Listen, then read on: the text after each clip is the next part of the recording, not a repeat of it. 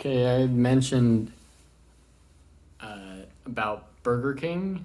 When I was 15, I worked at a Burger King in Colorado, Highlands Ranch. And during this time, I was spending my money on Janko or Jinko pants, the 30-inch, the 32-inch bottom pants.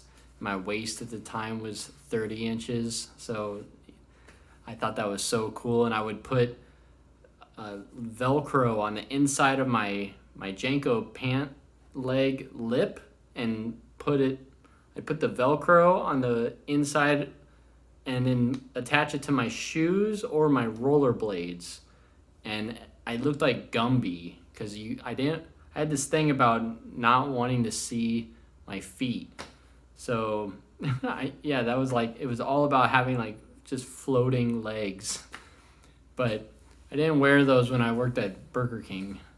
But during Burger King, uh, by the way, this Burger King is totally out of business. I went to a friend's wedding a few years ago and went and looked to see if it was still there, and it's totally boarded up. They haven't even gotten rid of the building. It's just this ghost building. So it just went into the ground. The management there was horrible, but it was great great memories. If you ever saw Beavis and Butthead when they worked at the fast food, that was us. It was me or my three best friends, Scott, TJ, and Tyler, and me. And we all worked together at Burger King drive-thru, and we would do voices through the intercom system when cars would pull around. But one of the things that we would do was we would take ketchup packets and wind them up real tight and line them up down the drive-through, and cars would pull up, and we didn't like our job, we didn't care, so we enjoyed seeing people get angry. It was weird, and the more angry they were, the better it was for us. We just hated working, we wanted to have fun, so we would wind up the ketchup packets, and cars would run over the ketchup packets, and ketchup was like pop, pop, pop, pop, pop, pop, and they'd pull up, and the car is covered in ketchup, and they'd just be sitting there so pissed. Sometimes their window would be down, so the ketchup would go in their car. And then we had a drive-through window that wasn't on mechanical. Back then it was just a thing you would lean against, and the window would open. So we would put ketchup packets in the hinges, and we'd hit the window to hand them their food, and the window would swing open, and ketchup would fly out at the people in the drive-thru. Oh, sorry. We would take ketchup, or someone would say, I'd like to have extra ranch and barbecue sauce or whatever condiment they wanted extra. And we would put, like, if they had like a Whopper and a fry, we would take their order and put it on the bottom, and then just fill it with like packets of ketchup or ranch or barbecue sauce or whatever, just to the lid, and hand them this like heavy bag.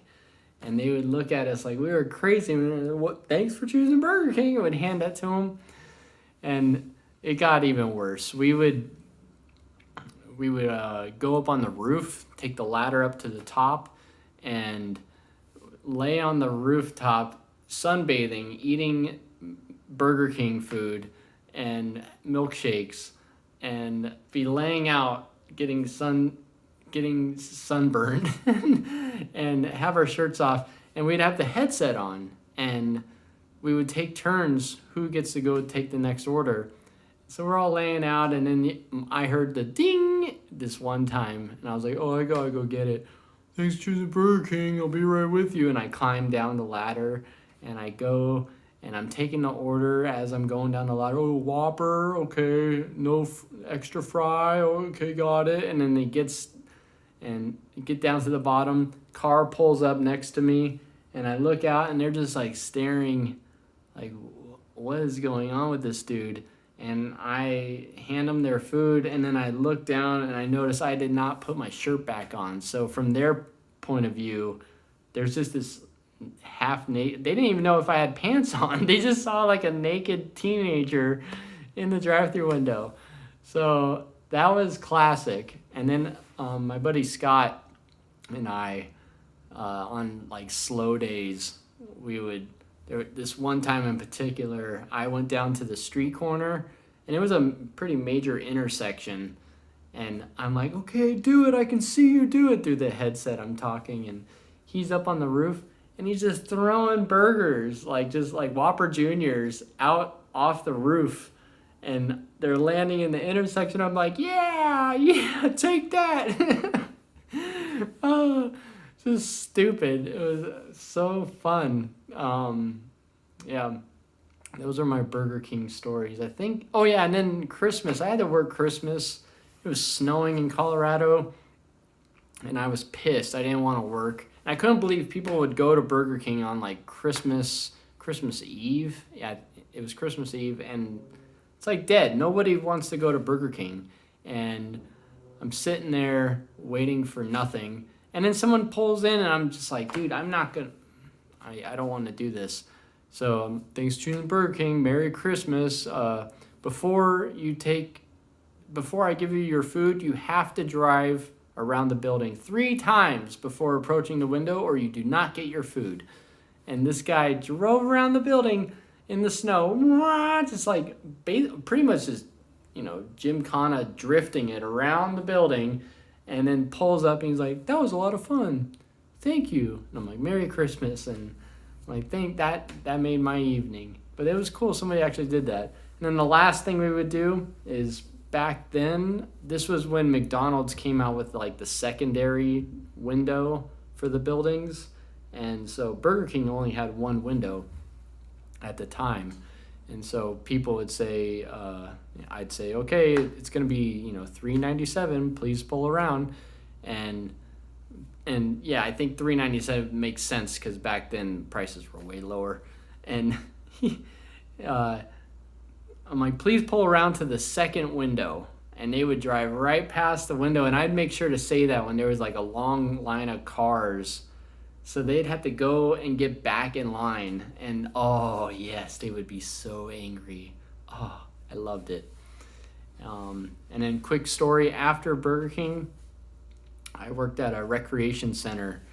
And at one point, there was a gym at that rec center, and I had to find members' cards, like their member cards, to work out in the gym. They had to give me their membership card, and I put in a Rolodex, and I had started in the mid-shift, and I was unaware. The person that worked the counter before me did not tell me that there was a group of deaf guys working out.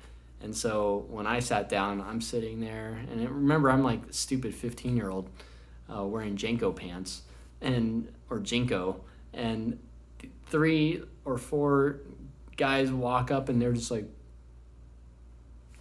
dude, what's your name? And they expected me to know who they were.